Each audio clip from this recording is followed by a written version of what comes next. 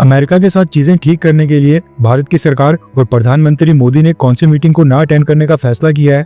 Israel ने भारत के साथ दोस्ती के ऊपर क्या कमेंट किया है? व्लादिमीर ज़ेलेंस्की ने अब भारत के खिलाफ क्या बोल दिया है?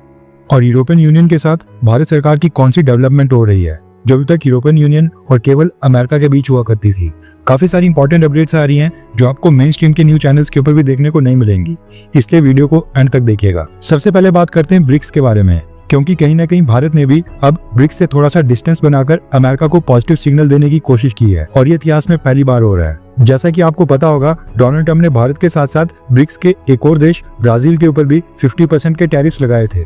इसके साथ ही डोनाल्ड ट्रंप ने ब्राजील के ऊपर यह भी आरोप लगाया था कि ब्राजील के करंट प्रेसिडेंट मिस्टर लूला और ब्राजील की जुडिशरी एक साथ मिलकर फॉर्मर प्रेसिडेंट जायर बोल्सोनारो के खिलाफ विच हंटिंग कर रही है और जानबूझकर जायर बोल्सोनारो को टारगेट किया जा रहा है। अमेरिका के स्टेप के बाद डोनाल्ड ट्रंप ने एक स्टेटमेंट में यह भी कहा था कि अगर ब्राजील के प्रेसिडेंट चाहें तो वो अमेरिका को कॉल करके बीच का रास्ता निकालने के लिए भी रेडी हैं। जिसके जवाब में ब्राजील के प्रेसिडेंट मिस्टर लूला ने कहा था कि वो डोनाल्ड ट्रंप के साथ बात करने की बजाय भारत और चाइना जैसे देशों को कॉल करके इनके लीडर्स के साथ बात करना पसंद करेंगे। देखा जाए तो डोनाल्ड ट्रंप एडमिनिस्ट्रेशन साल के स्टार्टिंग से ही ब्रिक्स को टारगेट कर रहा है। अभी जो डोनाल्ड ट्रंप ने भारत, ब्राजील और सभी देशों के ऊपर टैरिफ्स लगाए हैं, इनसे निपटने के लिए ब्रिक्स देश आपस में क्या स्ट्रेटेजी अपनाएं और ब्रिक्स कंट्रीज अमेरिका की ब्लैकमेलिंग के खिलाफ आपस में कॉपरेशन को मजबूत कैसे करें और यूएस डॉलर्स को अवॉइड करके आपस में ट्रेड टाइज को स्ट्रॉन्ग करने के लिए ब्राजील ने एक वर्चुअल समिट बुलाया था, जिसमें ब्रिक्स देशों के सभी प्रेसिडेंट और प्राइम मिनिस्टर्स को इन्वाइट किया गया था। ब्राजील इस समय ब्रिक्स का प्रेसिडेंट है, इसलिए ब्राजील ये ऑनलाइन वर्चुअल समिट बुला सकता है। हुआ ये कि ये वर्चुअल समिट होना था आज 8 सितंबर को शाम के 5:30 बजे।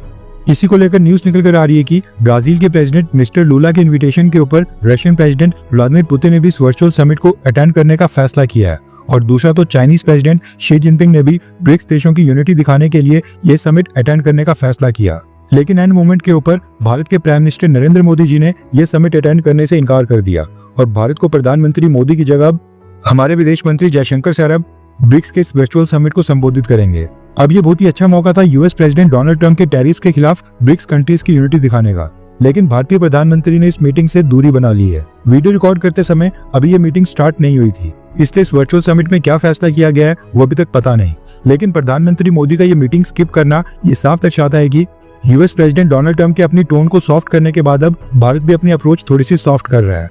अमेरिका काफी लंबे समय से डिमांड कर रहा था कि भारत ब्रिक्स से दूरी बना ले और ये स्टेप भी इसी चीज को दर्शाता है कि भारत ने भी ब्रिक्स से छोटी सी दूरी को बना लिया है। हालांकि आगे चलकर ब्रिक्स को लेकर भारत की क्या अप्रोच रहती है वो देखना भी काफी इंटरेस्टिंग होगा, क्योंकि डोनाल्ड ट्रंप अभी 3-4 साल और व्हाइट हाउस में रहने वाले हैं और अगले साल तो ब्रिक्स की प्रेसिडेंसी सीधा भारत के पास आ रही है और ब्रिक्स का एजेंडा अगले साल भारत को तय करना है। ब्रिक्स की सारी मीटिंग्स भारत में ही होंगी, जिसके लिए सभी ब्रिक्स लीडर्स भारत आने वाले हैं। फिलहाल तो प्रधानमंत्री मोदी ने ब्रिक्स मीटिंग को स्किप करके डोनाल्ड ट्रंप को एक पॉजिटिव सिग्नल दे दिया है।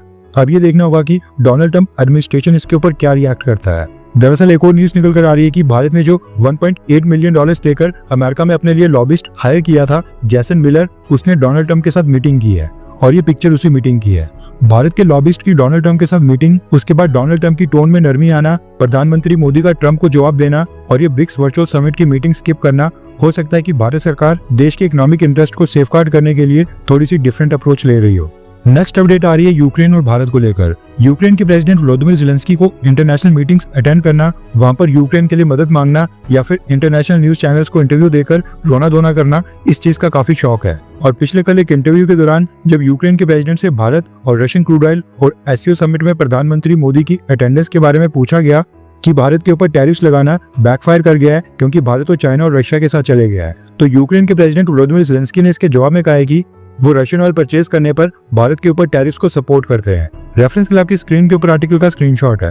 व्लादिमीर ज़ेलेंस्की ने कहा है कि मैं मानता हूं कि भारत के ऊपर अमेरिका के टैरिफ्स लगाना बिल्कुल सही फैसला है।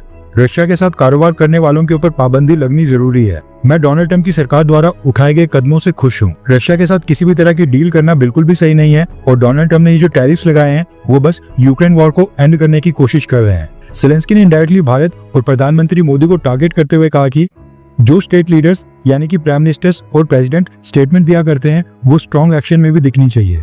रशिया और रशिया से कनेक्शन रखने वालों के ऊपर सैंक्शंस के साथ साथ टफ टैरिफ्स और ट्रेड के ऊपर और भी रिस्ट्रिक्शंस लगाई जानी चाहिए और जो लॉस होता है यानी कि इनके कारण जो नुकसान होगा वो फील होना चाहिए, तभी समझ आएगी और वही कन्विंसिंग होगा। यानी कि भारत को नुकसान होगा तभी समझ आएगी। ये कहना है यूक्रेन के प्रेसिडेंट ज़ेलेंस्की का। वैसे इनको शायद याद नहीं है कि रशियन ऑयल से बना डीजल यूक्रेन की ऑयल कंपनीज आज भी भारत से परचेज कर रही हैं, क्योंकि वो इनको सस्ते दामों के ऊपर मिल रहा है और सेम चीज भारत कर रहा है। नेक्स्ट अपडेट आ रही है हॉकी के एशिया कप को लेकर। पिछले कुछ महीनों में हॉकी एशिया कप को लेकर काफी पॉलिटिक्स हुई। पाकिस्तान और ओमान की टीम भी भारत नहीं आई, लेकिन भारत ने न सिर्फ ये hockey Asia cup successfully host किया, बल्कि भारत की हॉकी टीम ने एशिया कप को जीतकर अगले साल नीदरलैंड्स और बेल्जियम में होने वाले हॉकी वर्ल्ड कप के लिए भी क्वालिफाई कर लिया है। नेक्स्ट अपडेट आ रही है अमेरिका और भारत को लेकर। दरअसल न्यूज निकल कर आ रही है कि अमेरिका की आयोवा स्टेट की गवर्नर किम रेनॉल्ड्स भारत की यात्रा पर आई हैं एंड आज इन्होंने भारत के विदेश मंत्री जयशंकर सर के साथ मीटिंग करके भारत और अमेरिका के इकोनॉमिक रिलेशन स्ट्रॉन्ग करने के ऊपर काफी सारी डिस्कशंस की हैं एंड ये भी अगेन भारत और अमेरिका के बीच काफी पॉजिटिव डेवलपमेंट है। नेक्स्ट अपडेट आ रही है भारत और इजराइल को लेकर। पिछले कुछ समय से जब से डोनाल्ड ट्रंप ने रशियन ऑयल का हवाला देकर भारत के ऊपर टैरिफ लगाए हैं, उसके बाद से वेस्टर्न देशों में ये डिस्कस हो रहा है कि क्या फ्यूचर के लिए भारत के ऊपर भरोसा किया जा सकता है, क्योंकि यूक्रेन वॉर को रोकने के लिए भारत रशियन ऑयल को अवॉइड अभी भी नहीं कर रहा है। इसी का जवाब दिया है इजराइल ने। रेफरेंस लिए आपकी स्क्रीन के ऊपर आर्टिकल का स्क्रीनशॉट है। दरअसल इजराइल की फॉरेन मिनिस्ट्री के डायरेक्टर जनरल ईडन बार ताल ने भारत को लेकर पॉजिटिव प्रेडिक्शन की है। इजराइल के डीजी ने कहा है कि भारत एक अपकमिंग सुपर पावर है, यानी आने वाले समय की सुपर पावर है। भारत एक ऐसे देश का बेहतरीन उदाहरण है जहाँ के लोगों की खुद की मेहनत ने देश को बनाया है और आगे बढ़ने में मदद की है।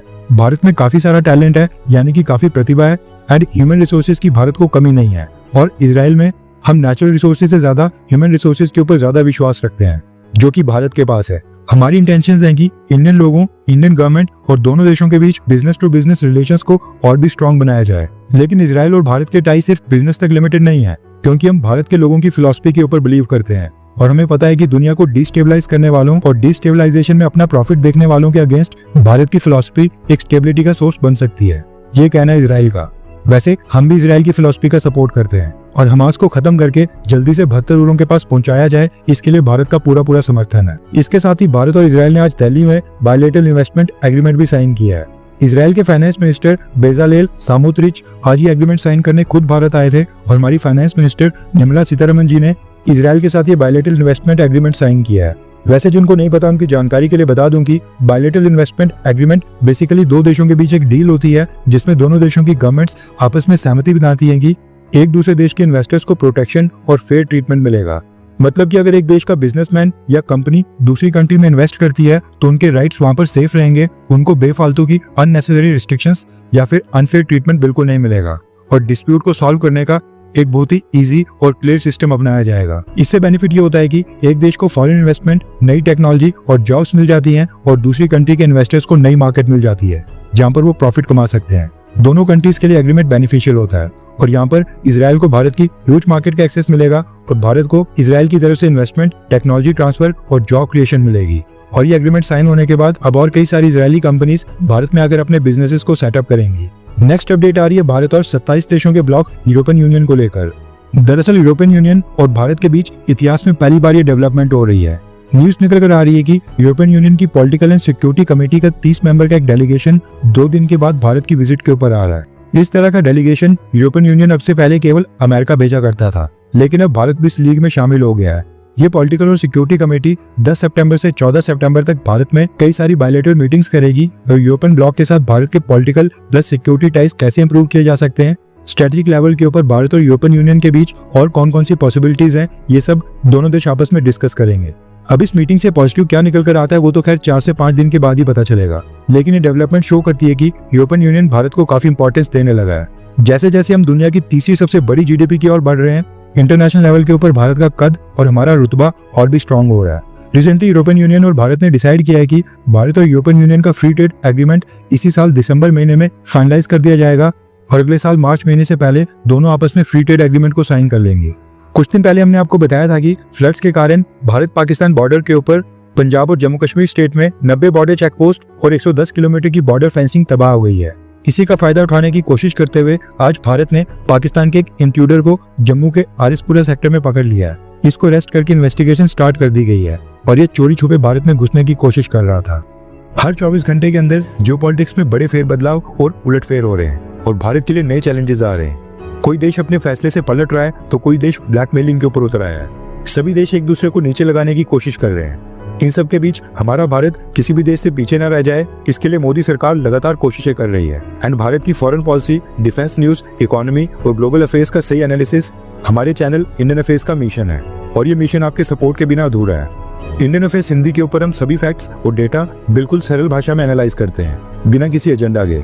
अगर आप चाहते हैं कि इंडियन अफेयर्स का सही और ऑथेंटिक एनालिसिस आप तक लगातार पहुंचे, तो इस वीडियो को लाइक करें और हमारे चैनल इंडियन अफेयर्स को सब्सक्राइब करके बेल नोटिफिकेशन ऑन करना मत भूलिए। आपका एक लाइक हमारे चैनल को ग्रो करने में काफी मदद करेगा, और एक सब्सक्राइब ये सुनिश्चित करेगा कि आप किसी भी इंपॉर्टेंट अपडेट को मिस ना करें। अगर आपने हमारे चैनल को पहले से सब्सक्राइब किया है तो दिल से धन्यवाद। जय हिंद, वंदे मातरम।